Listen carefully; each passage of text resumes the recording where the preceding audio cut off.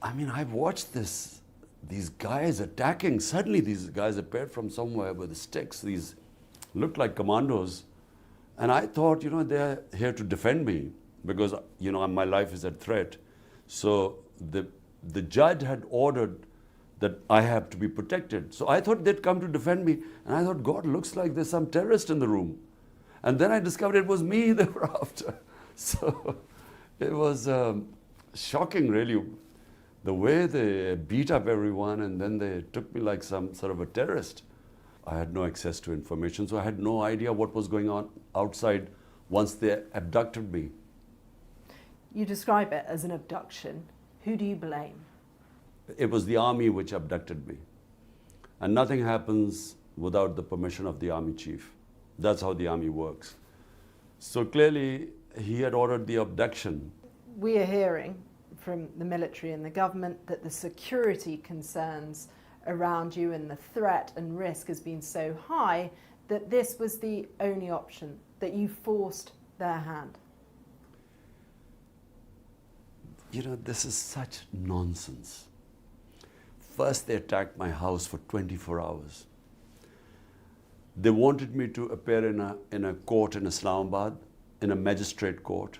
I had already agreed to attend. The law says that had I given them an surety bond that I would attend the court, they couldn't arrest me. They refused to take the surety bond, attacked my house for 24 hours.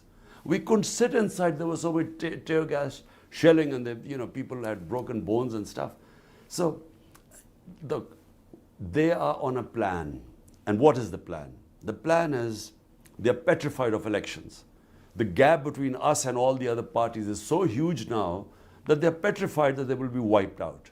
So they have decided that the only way they'll allow elections is if I'm inside jail or killed. There are been two attempts on me. And most of my senior leadership should be jailed too. This is what they've done. They've used this to put the entire leadership of PTI in jail. What will you do if you're rearrested? Because there is a very real threat with more than 100 charges against you that you could be.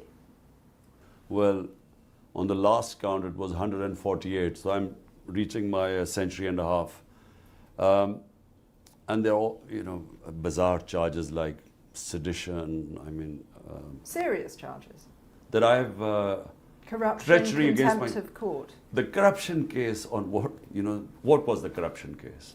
What is your strategy if you are rearrested? Well, no strategy. I'm mentally prepared to go into jail. As I said before leaving for Islamabad, I said I'm prepared. But the point is that their intention is not because I've broken some law. The intention is that they want me out of the electoral race. This is the election year. How do you lead with so much of your party in jail?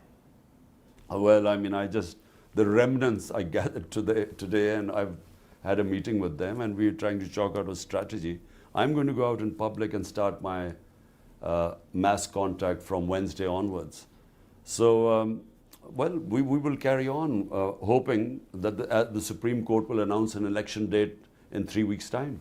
Can you reassure voters that you're even going to be around for it, let alone your leadership, the rest of your party?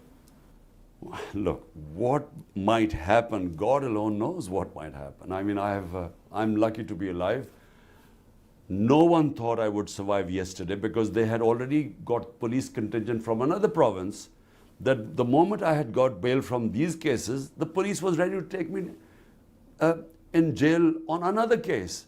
But the judges stood up. And this is what has shocked the military establishment. Because the judges finally decided, they said, look, we're not going to again get him into jail, and everyone knows trumped up charges, and the result would be public unrest.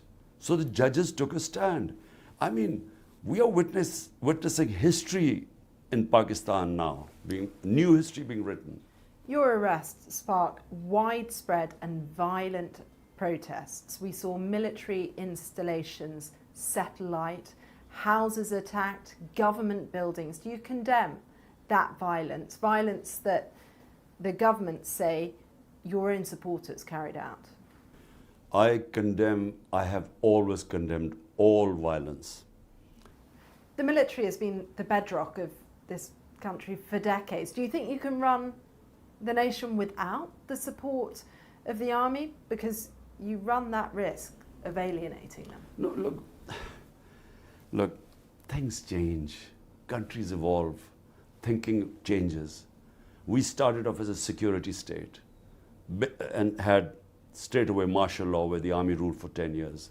But right now, I mean, I have never seen such oppression.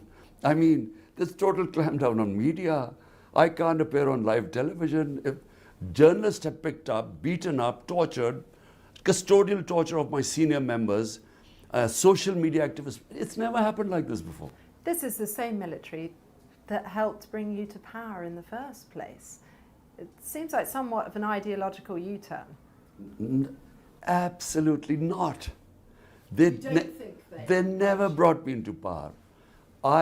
My party was the most popular party. All the opinions polls said that. We won the election, but the army didn't oppose me.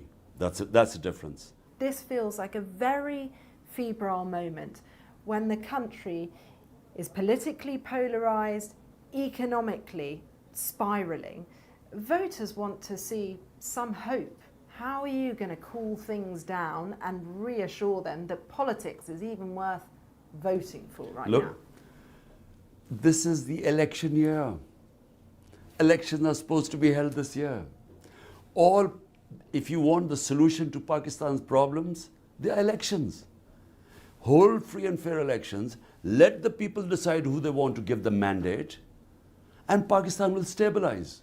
Problem is that they're all worried. The entire 12-party coalition is petrified, along with the military establishment, that my party will sweep the elections because out of 37 by-elections, we have swept 30 of them. So because they're worried, they're trying to delay the elections. That's all. So all we want is free and fair elections. Do you have faith in the judiciary? And where do you think democracy in Pakistan is right now? Well, the democracy in Pakistan has never taken such a battering as it has right now. I mean, all our fundamental rights are violated. This sort of thing has never happened. No political figure has ever had 150 cases, and then his house raided. Once they attacked for 24 hours, then when I was away, they threw an armored car, they broke through my door, raided my house. My wife was all alone by herself. It's never happened before. So democracy is an all-time low. The only hope we have is the judiciary.